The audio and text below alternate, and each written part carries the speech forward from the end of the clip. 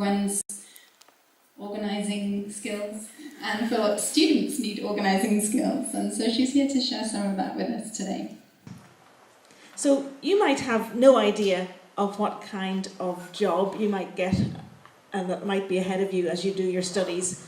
Perhaps you have a plan and you think you know what it's going to be and you've taken up a course of study with a particular desire in your heart. And it might be that that will be where you'll end up, but perhaps not. So I am a professional organiser and declutterer, and you've probably never heard of one of those. So 12 years ago, I went out on my own in business. I was burned out in the job I was in. I was managing people and being managed, and I had too many things on my job description. I was an administrator, I was a finance person, I was coordinating volunteers, and a lot of other things. And then following the death of my father, I had a very surprising sense, and I can only say it was from God, that I should try being self-employed. So my company, which is called Sorted by Gwen, just put my name on it, was born, and over the years in business I've helped people through training, getting organised in their small businesses or in their home, and most of all working alongside people to help them clear their space and home of stuff, extra stuff, coach them towards reducing the flow of things into their home, and organising the things that they're keeping so that they can find things. So I love to see time being used efficiently and people being freed to enjoy their lives without the chaos that often occurs when people are over busy and have too much stuff, either physically or too much stuff going on. We're going to talk about different things in that area. So in the last 60 years or so, way back before you were born, there have been so many new things invented and the pace of change has been really rapid. First of all, there were the labour-saving devices for the home, hoping to free people from the drudgery of all sorts of everyday work, from washing machines to dishwashers, vacuum cleaners, and kitchen gadgets. There's an appliance for every occasion that's supposed to make your life easier. But we became clean freaks in some parts of the world, and instead of washing our jeans once a week or once every 2 weeks, it's happening every couple of days, and suddenly there's more work all the time because we keep getting cleaner and the machines keep working. We've seen people in America wash their dishes perfectly well and then put them in the dishwasher and put the dishwasher on. So it's not saving any work at all. And in our part of the world, people have an increased number of allergies and illnesses because there's not enough germs around, probably. I think that's a good theory. They're definitely coming up with it. So then came the age of technology with computers and smartphones, the World Wide Web and the global village, everything at our fingertips. But in spite of all these devices, and sometimes because of them, we are still busy, busy, busy, and never seem to be on top of things. Why is this? In the search for more free time, we seem to have no time. We are less human beings than human doings. And maybe we realise that we need to make our lives more simple by decluttering some of these things. So clutter is just lots of stuff, and decluttering is removing some of the stuff. So it's still a bit of a new term in our part of the world. Smartphones are wonderful. There's so many ways they can help us in our lives. There's an app for almost everything, but that's the problem. We see people unable to enjoy time together without being on their phones. They're slaves to their smartphones, reacting immediately to every bleep and every tweet, and checking Facebook and Instagram as if their lives depended on it. Being present with people, the people that you're with, is really important. To make friends, to build relationships, and trusting relationships particularly, you need to communicate that they're valuable, so you should be attentive and present with them and put the phone away.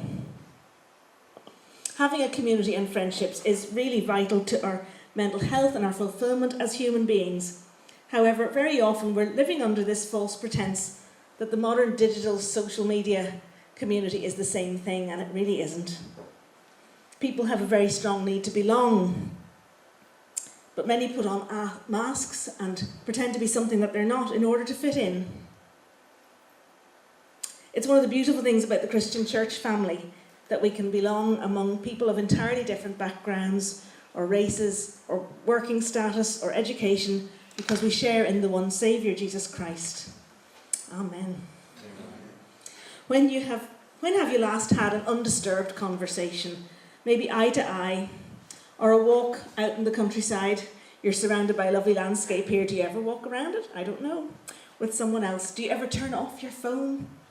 Or put it away, or leave it out of sight until your time with your friend is over?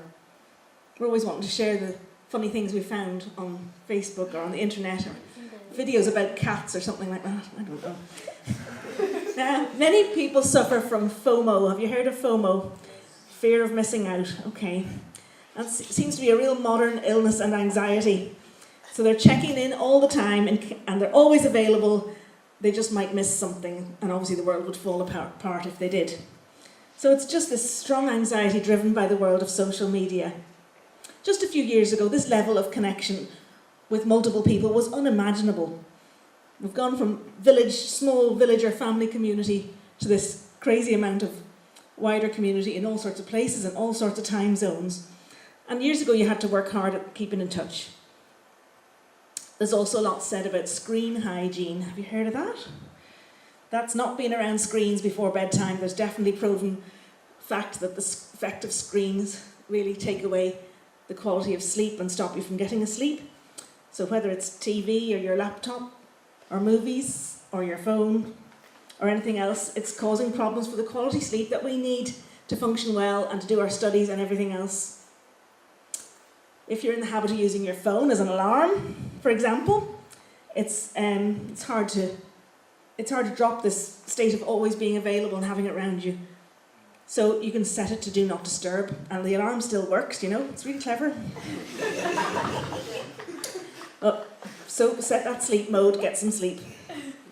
Even making space to think about your life. Very often we're so busy, we don't step back and take a look at the sweep of our life, our relationships, our beliefs, our behaviour, our habits.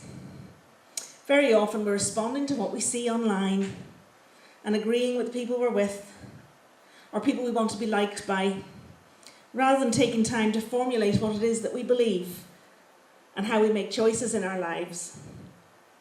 The trend in some parts of the world for agreeing with everyone and not offending anyone is taking so much colour out of our lives and our conversations.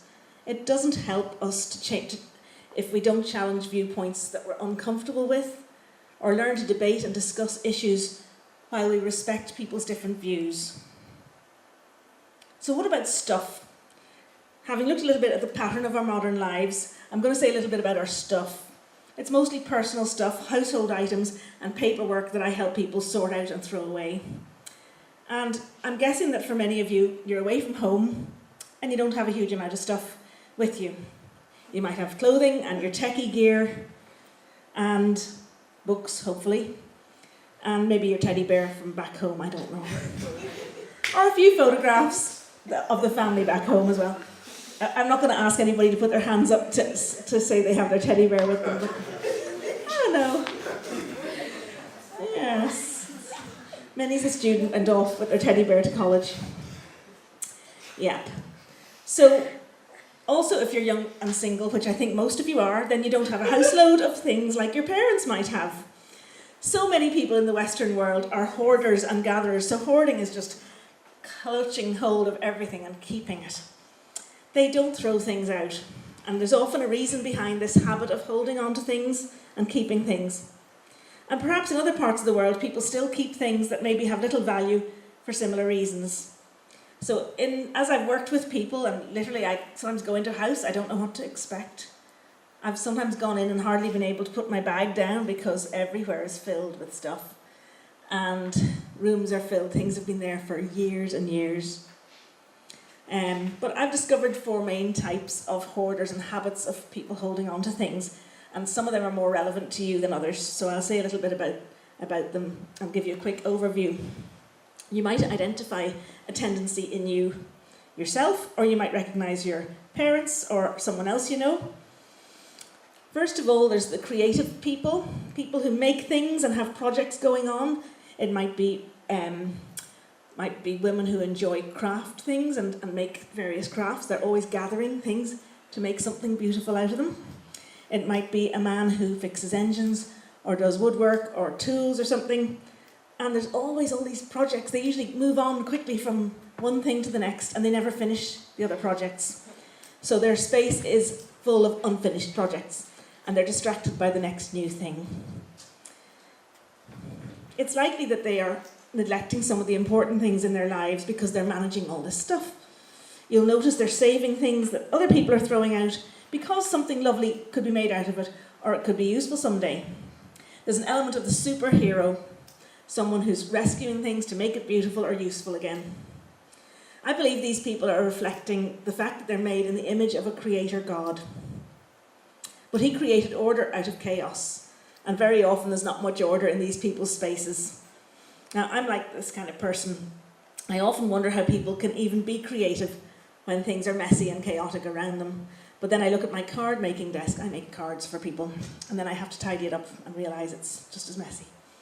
Maybe there's no dinner ready, or nobody has met your little sister from school because the creative multitasker is caught up in what they're doing and neglecting more important things. The second type of person is the future fearer, and I think perhaps more of you might be in this kind of category. Their behaviour shows that they live in fear of the future. This person gathers things so they'll have the solution to any anxiety-filled event that might happen to them or their family. What if, what if, what if?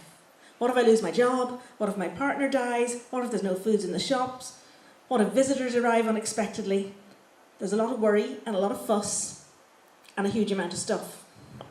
You'll hear them say that'll come in useful someday, and they hold on to it. But the reality is when that fateful day arrives, this person has no idea where that useful item is because there's too many other things. And they can't store it properly, and they can't find it when it's needed. So they're trusting in their own ability to have the right thing at the right time. They live in fear that things will always go wrong. Fear and anxiety are never far away, and they have no peace.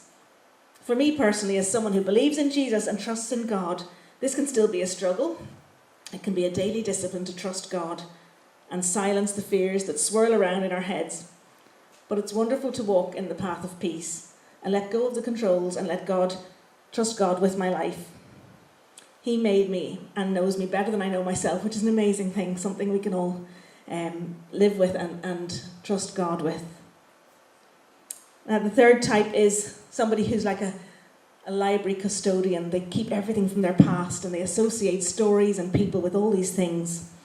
But you might have these tendencies. Maybe you've kept some little souvenir or memorabilia from something or from friends, so everything has a story to go with it. And these things are a reminder of our life, so if we lost them, it would be like we have no history, we've got no memories almost.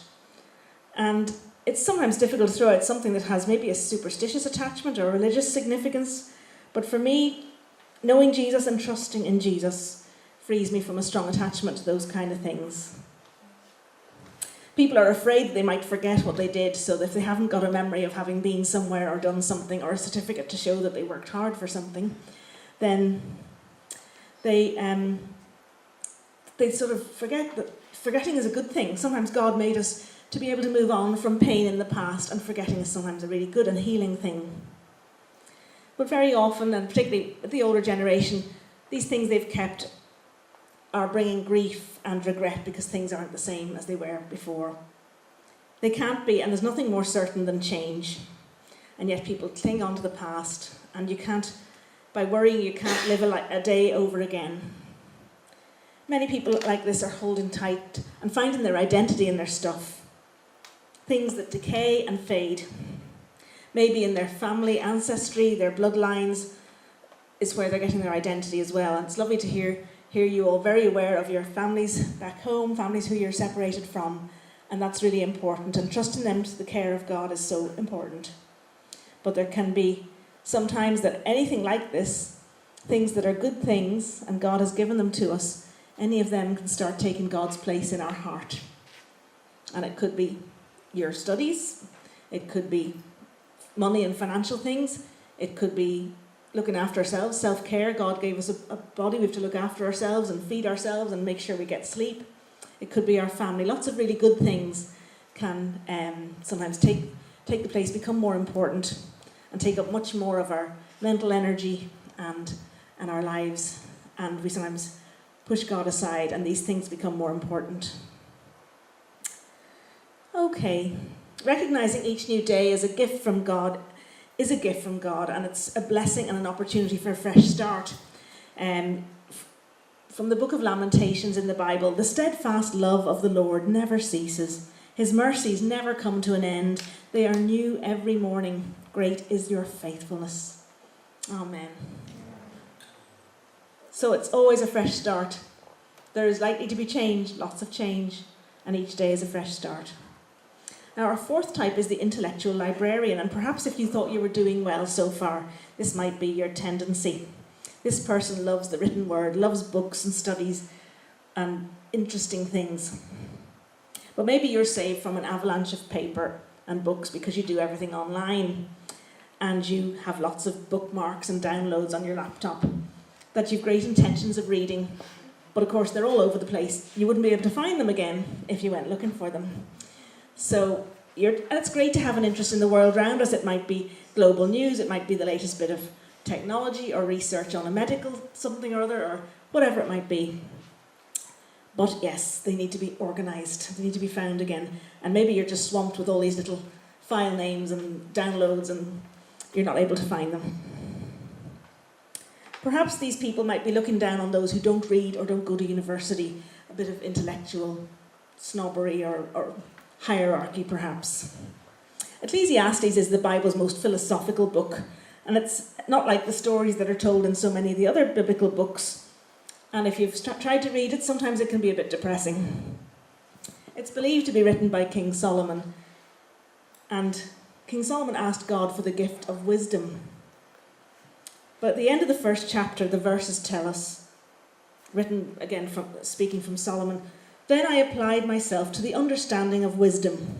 But I learned that this too is a chasing after the wind. For with much wisdom comes much sorrow.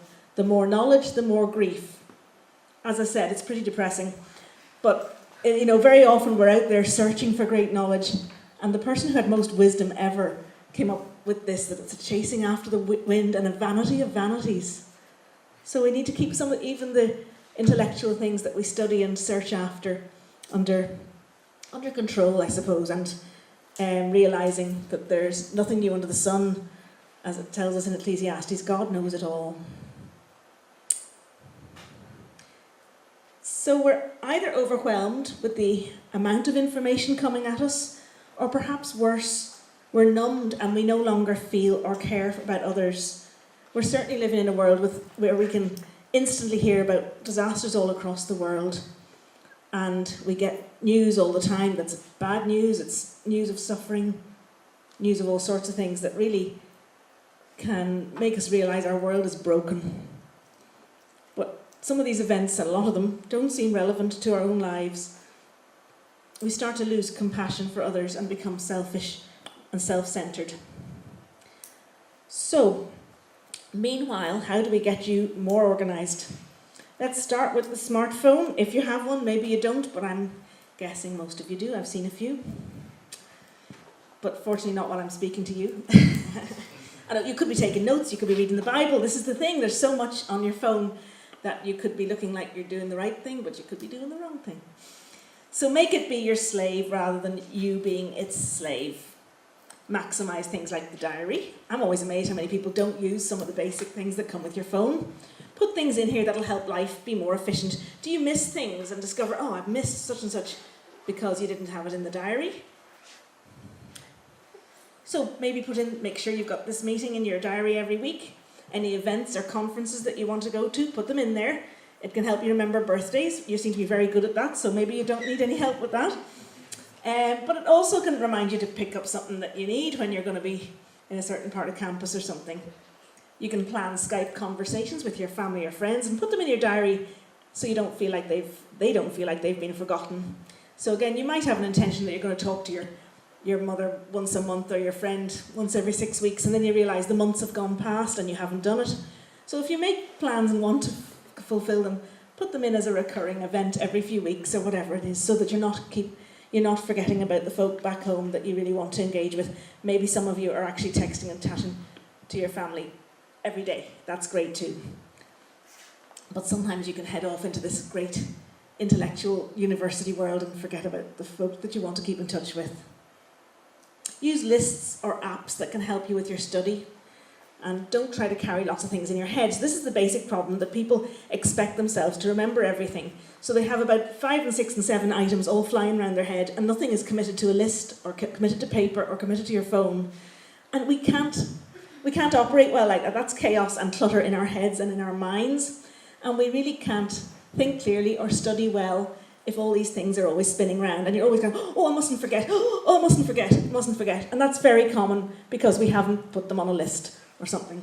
So we recommend a few different things. I guess I'm talking about the diary, but we have an app called Wonderlist, spelled W-O-N-D-E-R, Wonderlist, which is great, and you can categorise things in your life, all sorts of things, and you can put due dates in, you can put in reminders for all sorts of things that you're afraid you might forget.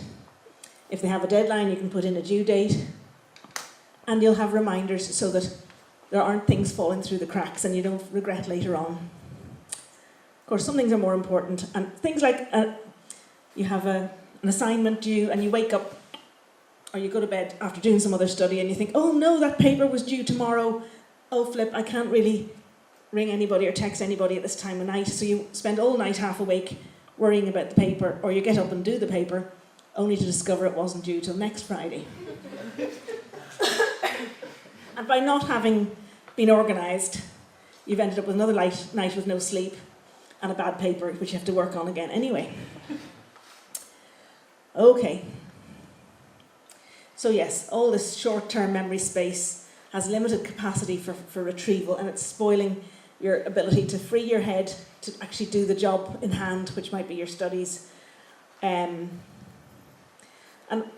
again, making space for God in your everyday, and for bringing God into your everyday. So we were talking a bit about this the last couple of days with some of the students I met. And even before you sit down to start working on a paper, just to sit for a few moments, thank God that you have electricity, you have a laptop, whatever, you have access to the technology, you have a brain to work with, thanking God for the work that's before you and committing it to Him. And the same if it's cooking a meal and you think, oh, I haven't really got time to do this, or this takes up so much time. But before you start, thanking God that you have the facilities to cook, you have some money to buy the food, you have the food and an appetite and all those things. So sometimes bringing and weaving God and prayer to our Heavenly Father into our everyday is the way of being more mindful of His care for us. How about taking days or hours at least away from social media? Some people in our part of the world we talk about fasting. It doesn't have to be from food, and it can be from your phones or from social media. And some folk I know take fast during the time of Lent, during the 40 days before Easter, and they will maybe reduce their time on screen, come off Facebook. Some of them will stop shopping for clothes because they maybe the particular friend, she doesn't spend much on clothes, but she likes buying clothes, so she stops completely for those 40 days and reworks her wardrobe. And other folk who have different things that they maybe take a break from during the 40 days before Easter. So question the motives behind why you're using all the social media platforms, why you're spending so much time on them. Maybe you play video games or something as well. Maybe it's for relaxation, but sometimes you realise there's been a whole lot of time wasted as you've been engaged in some of these things, or you're looking for approval and looking for likes, looking for, to appear really interesting. And it's always people's best life that's shown on these platforms, and we know that people wear masks, they show the best life that they have, and often we can go there and just watch other people's lives and think that they have so much that we don't. And we know that's not true. It's not a very healthy environment. I use Facebook, and I have a business page on Facebook, and I use LinkedIn a little bit for business. But I decided to stay away from Instagram and Twitter and Pinterest. If any of you heard of Pinterest, it's like 14 bright ideas before breakfast that you didn't need to know about. So, yeah. So declutter any apps that you got that seemed like a good idea at the time and you haven't been using. Remember about your emails. You probably all have an email account of some sort. You need to reduce the junk mail that's coming into your inbox. Take a few minutes to unsubscribe from all those email lists, and the companies are legally bound to remove your email address. If you're entering competitions or buying online or whatever else you might be doing online, tick the box for no emails. A large volume of the emails that come into us are advertising stuff, movies and tech and clothing and makeup and events and networks. It all combines to wasting so much time and energy. But most of all, they often make you feel like you can't afford the life that you want, that other people are having all this stuff and you're not. It's not true. Any of us who are here, you who are getting to have an education in a different country, we're probably among the world's richest 25% of people in terms of wealth. But we always compare upwards, don't we? We look at those with fancy cars, who get to change their cars every few years, those who have a house, or a house and a holiday home, or endless holidays of luxury. Advertisers sell us a dream. And this is not the reality for most people. And the celebrities who do appear to have it all, well, the most we hear about them is their latest marriage and their latest breakup and their latest heartache. And who wants all that? We'll be far happier people and far nicer to be around if we recognise the huge privileges that we enjoy and generate a thankful heart, rather than looking enviously at what other people have. It is breaking one of the commandments. Sometimes we don't recognise it. We're coveting and looking at what other people have. Think about it as an attitude of gratitude and making sure there's thanksgiving all the time for the many blessings that we have. Again, as a Christian, I believe all these gifts come from our loving Father God. And I try to remember that as I give thanks or use the gifts that He's given me to help others, not just for myself. So if you're an organiser like me, and I was an organiser from when I was quite young, whether I was organising my dollies and teddy bears or whatever else, when it came to studying, I'd spend ages working out a study timetable. I'd use highlighters in different colours for the times I was going to study different subjects, and I'd wasted about 45 minutes creating this piece of sort of organised artwork and miss the study time. So maybe you do that too, I don't know. And you don't actually get down to doing the study. You probably need to turn off your phone and at least more likely leave it in another room entirely if you're planning to do some quality study time with your books. Hopefully you trust your roommates okay and they're not going to put silly stuff on your phone. Put a password on it just in case with your thumb. And so they don't put silly posts on Facebook. I'm sure everybody's too mature to do that. But yeah, it happens. So put the phone away from you. We've all become people with this sort of twitch that goes towards the phone all the time. So put it in a different room if you're planning to study and just forget about it and you won't be tempted to go to the phone. We discover all the time, we pick up our phones to go and send an email, send a message to somebody. And next thing, 10 or 15 minutes later, we're going, what did I come here for? Oh, I've been distracted by about 5 different things and 5 different platforms and you've completely forgotten. So Monty usually has to go back in and sit in the chair where he was. And then, oh yeah, that's what it was. And he has to go back to position A. It'll happen to you when you get old like us as well. But you'll probably discover it happens to you anyway because you get distracted by all the things on your phone and you've forgotten what it was you picked it up to do. So yeah, put it in another room. There's a great proverb that says, if you fail to plan, you plan to fail. So unless you have a plan of attack, things won't happen. So plan those decent chunks of time to study and prepare and then take care of yourself and your body. Eat some good meals, make sure you're getting fresh fruit and veg. There's lots of oranges, we pass them all on the road here. I don't know whether you're allowed to pick them, I think you are. If they're windfalls, I think you're allowed to have them. So make sure you have your fresh fruit and vegetables and nourish your body. And fish has been proved to be good for your brain. Poor Monty, his mum heard about this before he was doing his A-levels and she said, you're going to have fish every day because it's good for your brain. And it wasn't like nice fish that came out of the water, it was processed square stuff with breadcrumbs all over it and deep fried. It was horrible. It took him years to actually like eating fish again. It was so bad. But real fish is supposed to be good for your brain. Get enough sleep. That's really important. We've talked a bit about the disturbance of the phones. But in the run-up to exams and things, reduce late-night activities, particularly the screens, the TV, or games, or Skype. Might be just giving your room a tidy and changing your bedclothes. Maybe it's having some nice oils or nice smells in your room, reducing the caffeine intake, playing some relaxing music, learning about some of these other parts of life, not just our phones, that we can care for ourselves, look after our bodies and our environment. Make commitments with your roommates, about whatever it is that you'll tend to do, like, oh, we'll watch a movie, or we'll have 3 back-to-back games of some card game or board game or something. Stick with the rules until the exams are over and the work is submitted. So get the balance right. Work hard and make the most of this opportunity to study in Cyprus. But make the time to make friends here at these meetings or with your classmates. Reduce the time online to live in the real world and be present in each situation. Okay, organising your computer. E-filing. Thank goodness that most people don't use the same carelessness when naming their children as they do when they name their computer files. So you might have ended up with this wherever you landed in the family. Child number 1, child number 2, the child that came after child number 2, the child that we didn't really mean to have. That wouldn't be good. The accidental one. And where did this one come from? So if you're not naming things on your files on your computer, you'll end up with this sort of thing. New essay, essay draft, essay final, final. Essay, I think it was the one I submitted, or similar. And then you're going to spend your life searching for things. I'm always amused at how much time people spend in the search box looking for things. I go, just give it a name, a logical name. We love a story of friends who were moving house. This is a bit irrelevant, but with friends who were moving house, and one of the girls, she was one of a family of 5, she was told to put her things in boxes and to name the boxes, so she did. And they walked into the new house and she said, where are your boxes? Here they are, and they're called Henry and Tom and Fred, rather than her name and the things that were in it. So it was the same kind of idea. Okay, so organise, think about your life and the main categories of your life for the things you'll need to keep. It'll probably apply to emails and to computer files.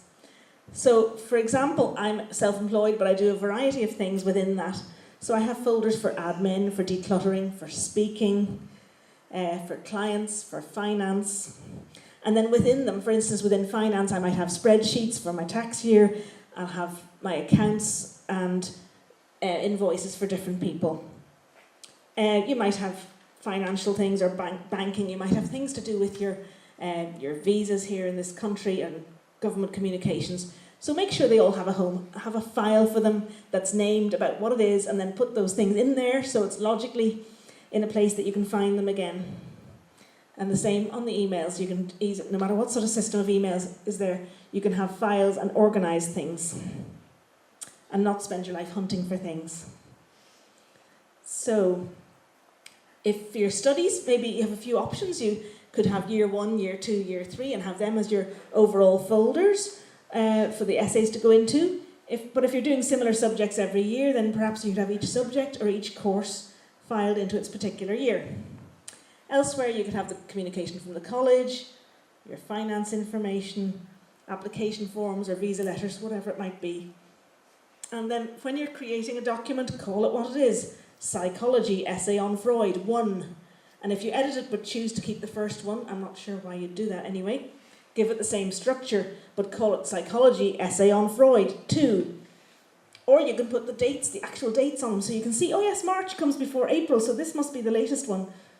And when you have a final version and have submitted it, rename the file so you know it's the one you were submitted, put it in the right place, go yes, and then head off to bed or to celebrate. Think about the categories of your life and study and use those sort of titles.